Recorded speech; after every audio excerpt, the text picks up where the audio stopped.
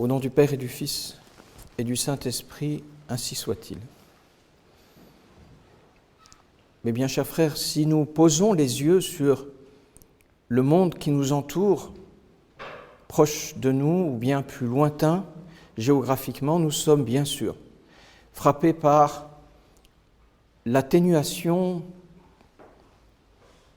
marquée, impressionnante, du sens religieux chez les hommes, atténuation qui dépend des endroits, des lieux sur cette planète, sachant que dans certains peuples, elle est moins prononcée que chez d'autres. Les peuples africains, les peuples asiatiques, les peuples sud-américains ont encore gardé un sens du sacré, de la chose divine, de la prépondérance de la religion dans la vie humaine, plus nette, plus grande que l'Occident déchristianisé. Cette différence d'ailleurs locale étant sans doute moins liée à une nature ou à une race qu'à une culture et à une civilisation. Il y a des cultures où c'est gardé le sens du sacré. C'est donc cette diminution du fait religieux qui attriste le chrétien, du fait chrétien, et contre lequel il exerce toutes ses énergies, il porte tous ses efforts. C'est ainsi qu'est la mission de l'Église aujourd'hui, qu'est notre mission, lutter contre cette déchristianisation. Mais l'un des indices les plus nets de cette déchristianisation et plus généralement de cette disparition ou diminution du sens religieux, diminution relative, je sais bien, car la situation est autant complexe que peut l'être une planète de tant de milliards d'hommes. L'un des signes, donc, les plus nets de cette disparition du fait religieux, c'est la façon dont l'homme conçoit la religion et la hiérarchie qu'il met dans les choses religieuses et dans son esprit et dans son cœur. En effet, si l'on parle à un homme aujourd'hui, qu'il soit religieux et qu'il soit catholique, car c'est la seule façon de l'être vraiment, si donc on parle à un homme de la religion aujourd'hui et qu'on lui demande quel est le principal acte de la religion, qu'est-ce que fait l'homme d'abord lorsqu'il s'unit à Dieu? Il songera, et peut-être vous aussi, mes bien chers frères, il songera à nommer la prière. Pour les hommes, aujourd'hui, pour nous peut-être, être en relation avec Dieu, et en relation avec le vrai Dieu qui est trinitaire, et le Verbe incarné qui est notre Seigneur Jésus-Christ, c'est d'abord prier. Or, cette appréhension des choses n'est pas du tout traditionnelle. Pas du tout traditionnelle. La conception qu'avaient les anciens, fondée toute sur la nature, du rapport à Dieu, n'était pas résumée dans ce mot de prière, mais dans un autre mot, qui, il est vrai, n'en est pas si loin, mais en est suffisamment distinct pour que cela attire notre attention. La religion, dans le temps, c'était d'abord le sacrifice. Beaucoup d'explications pourraient être données là-dessus, toutes passionnantes, qui montreraient pourquoi le sacrifice est au cœur de notre sainte religion. Mais il a fallu attendre ces temps modernes pour découvrir à quel point la perte de la religion peut entraîner cette nouvelle conception de la religion dans laquelle le sacrifice devient quelque chose comme d'accidentel, comme de secondaire. Mais non. Être relié à Dieu, c'est d'abord sacrifier à Dieu.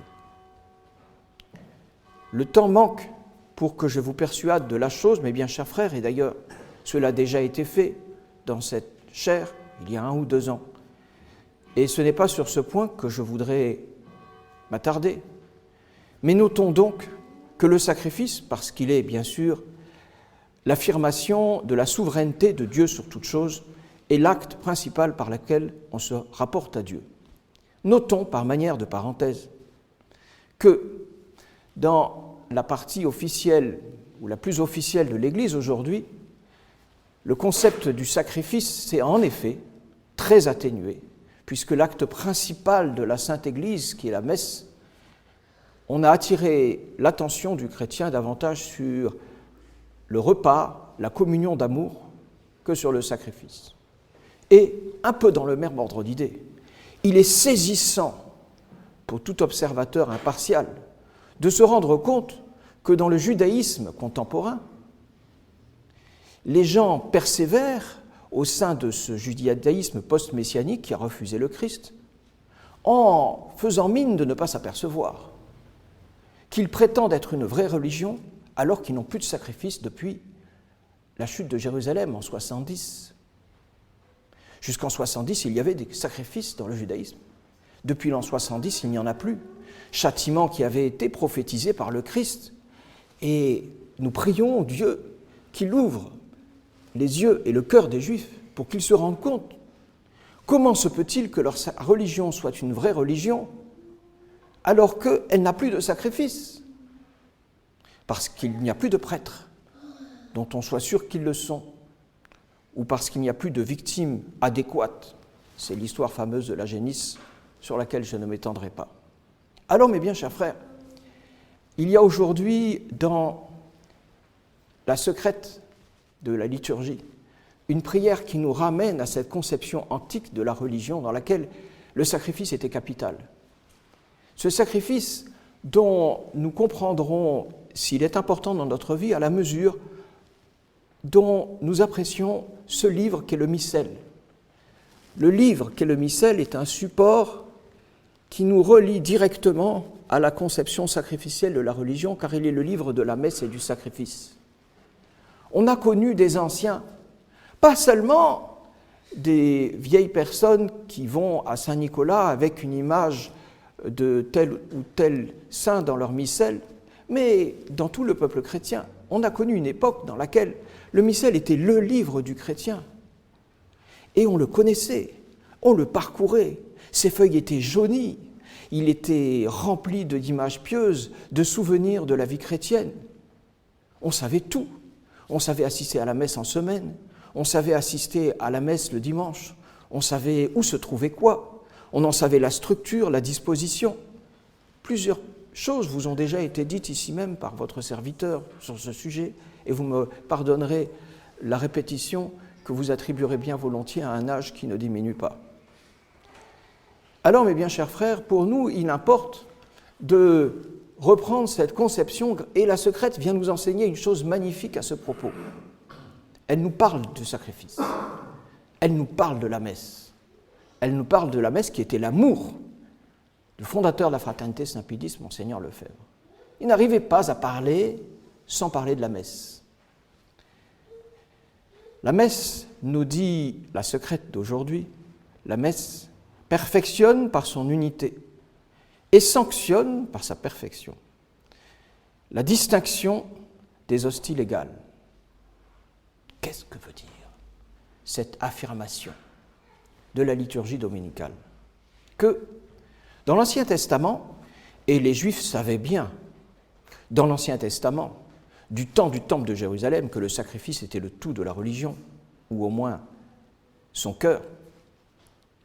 Dans l'Ancien Testament, donc, il y avait plusieurs sacrifices très nombreux. Il y avait les sacrifices sanglants et les sacrifices non sanglants. Il y avait les sacrifices publics et il y avait les sacrifices privés. Et sur les sacrifices, le Lévitique, en particulier, avait précisé tout, et l'essentiel et le détail, alors que dans notre sainte liturgie catholique, presque tout est précisé par les hommes, c'est-à-dire par l'Église, à travers sa tradition bimillénaire. Notre Seigneur ne nous ayant légué que le cœur, avec les paroles de la consécration, tout le reste venant d'institutions apostoliques ou post-apostoliques. Dans l'Ancien Testament, tout était de Dieu. Ça n'était pas compliqué. Et la nature des choses, et les rites, et le détail des rites, le détail des choses, le détail des gestes, le détail de paroles, tout venait de Dieu. Admirable intervention divine qu'on trouvera plongée dans un détail incroyable, mais qui était là pour dire aux hommes « Moi, Yahvé, Je vous ai tout précisé dans le sacrifice. Comprenez quelle est son importance. Si j'ai pris le soin de vous dire qu'il fallait ceci et dire cela et éviter cela, alors les sacrifices étaient multiples. Il y en avait une abondance incroyable, on les compte par dizaines. L'un d'eux était celui qu'offraient les jeunes mariés lorsqu'ils avaient leur premier-né, ce sacrifice offert par Turturum, ad duos columbarum, des colombes, par Saint Joseph et la Sainte Vierge Marie, au temple lorsqu'ils présentaient leur enfant. Il y avait donc une multitude de sacrifices. Mais il y avait 4 sacrifices principaux, et c'est ce que nous dit la Secrète, alors qu'aujourd'hui nous n'en avons plus qu'un. Et dans cette réduction de 4 à 1, gisent de nombreux secrets et de nombreuses richesses pour nos âmes. Dans l'Ancien Testament, les 4 principaux sacrifices étaient l'Holocauste, le sacrifice pacifique, le sacrifice pour le péché et le sacrifice pour le délit. Dans l'Holocauste, on brûlait toute la victime, en général un veau ou un taureau. Tout, tant et si bien que ni le prêtre ni les fidèles ne mangeaient quoi que ce soit. Rien pour soi, tout pour Dieu. Et l'Holocauste signifiait d'abord la souveraineté absolue de Dieu sur la création, l'adoration totale que lui doit la créature, puisque je ne prends rien pour moi, je ne mange rien, parce que tout est à vous. C'était l'atretique. Ensuite venait le sacrifice pacifique. Le sacrifice pacifique dont la vérité des victimes était grande et dans lequel on brûlait une partie de la victime, qui allait donc à Dieu, puisqu'elle était consumée, et l'autre on la mangeait, tant le prêtre que les fidèles. Qu'est-ce que c'était ? Beaucoup d'animaux pouvaient prétendre au sacrifice pacifique. Mais le but de ce sacrifice pacifique était un sacrifice de paix, c'est-à-dire, je suis en paix avec Dieu, j'attends de lui ses biens et je le remercie pour ce qu'il m'a donné. Action de grâce eucharistique et demande. Enfin, venaient les sacrifices pour le péché et les sacrifices pour le délit. Péché et délit étant des fautes distinctes sur lesquelles on ne s'étendra pas. Et pour le sacrifice pour le péché et le sacrifice pour le délit, alors quelle victime fallait-il apporter ? Tantôt un bélier, tantôt une victime d'importance plus grande, selon que la faute était elle-même grave, peu importe. En tout cas, là, les participants mangeaient une partie, comme dans le sacrifice pacifique, et en brûlaient l'autre. Quel était le but de ce sacrifice pour le péché et pour le délit ? Il était expiatoire. Demander pardon pour la faute. Nous avions donc 4 sacrifices. Le premier qui avait pour fin l'adoration. Le second qui avait pour fin principalement l'action de grâce et la demande. Et le troisième qui avait pour fin la demande de pardon pour le péché. Ces 4 fins, mes bien chers frères, vous y avez reconnu. Les 4 fins du sacrifice eucharistique qui, comme nous dit la Secrète, réunit dans sa simplicité et dans sa perfection tous les autres sacrifices de l'Ancien Testament. Ainsi, lorsque vous assistez à la messe le dimanche, vous faites ce que faisaient vos prédécesseurs en religion, les Juifs de l'Ancien Testament. Eux allaient à tel sacrifice d'holocauste, l'atretique, tel sacrifice pacifique, eucharistique et impétration, tel sacrifice pour le péché et le délit. Vous n'avez plus besoin de tout cela. Vous allez à une seule messe qui rassemble toutes ces fins. Eh bien, lorsque vous allez à la messe, pour bien pratiquer cet magnifique accomplissement de l'acte religieux qu'est le sacrifice, il faut entrer avec ces dispositions. Seigneur mon Dieu, je vous adore. Seigneur mon Dieu, je vous remercie. Seigneur mon Dieu, je vous demande vos grâces. Seigneur mon Dieu, je vous demande pardon. Ne vous inquiétez pas. La seule composition des prières qui comporte la messe et le contenu des prières que vous dites à l'action de grâce, qui se trouve dans votre livre bleu ou dans votre missel, la prière de saint Ignace de Loyola, la prière du Père de Grand-Maison, la prière du Padre Pio, la prière de saint François d'Assise, le Gloria in excelsis Deo, toutes ces prières que vous récitez après l'action de grâce et que moi je fais réciter aux fidèles que je visite lorsque j'apporte la communion chez les vieilles personnes. On fait réciter ces différentes prières. Ô bon et très doux Jésus, prosterné à genoux en votre présence. Âme du Christ, sanctifiez-moi. Restez avec moi, Seigneur. Vierge Marie, faites de moi un instant. J'en oublie les premiers mots. Toutes ces prières que vous récitez, petit à petit, entretiennent en vous cette complétude, cette facilité dans laquelle on finit par se rendre compte qu'on doit à Dieu l'adoration, qu'on doit le remercier, qu'on doit lui demander les choses et qu'on doit lui demander pardon. Alors, mes bien chers frères, dimanche après dimanche, et surtout dans cette période estivale où nous quittons un monde tout affairé à ses plaisirs, tout affairé à ses détentes, vous venez à cette Sainte Messe.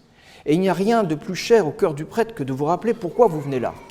Car si vous ne savez pas pourquoi vous venez là, un jour vous n'y viendrez plus. Et vous venez là pour quelque chose qui n'est pas accidentel à la religion, qui est essentiel à la religion, qui est le cœur de la religion. Et si vous ne priez pas ici, alors vous pourrez prier ailleurs, mais rapidement, vous glisserez dans l'hérésie de Luther, qui n'avait pas besoin du sacrifice. Pourquoi venez-vous ici ? Vous venez ici comme venaient vos ancêtres en religion, les Juifs de l'Ancien Testament. Et vous venez ici non pas pour offrir des veaux, des tourterelles, des colombes, des béliers, des taureaux, mais pour offrir le sang de Jésus-Christ versé sur l'autel.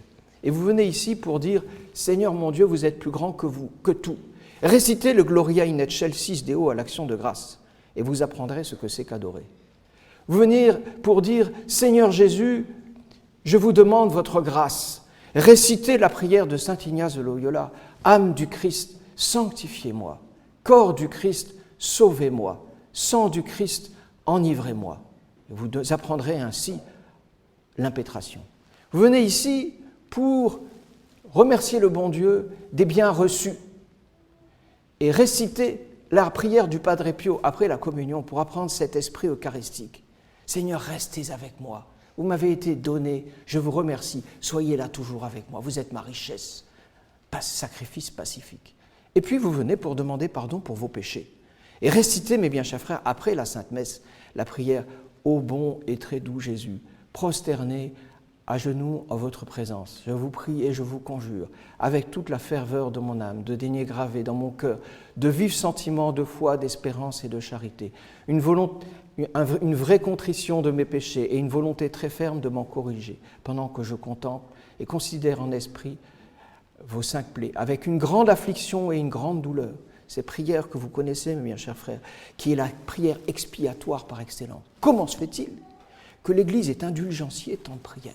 Indulgence plénière, indulgence partielle, indulgence à la manière ancienne avec 30 jours, 50 jours, 100 jours.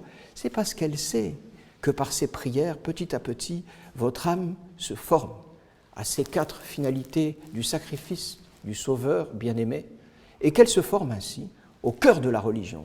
Car la Sainte Église, elle, je parle de la vraie Église, n'a pas perdu la conception de ce qu'est vraiment la vie de l'homme sur terre. C'est un sacrifice. Ainsi soit-il. Au nom du Père et du Fils et du Saint-Esprit, ainsi soit-il.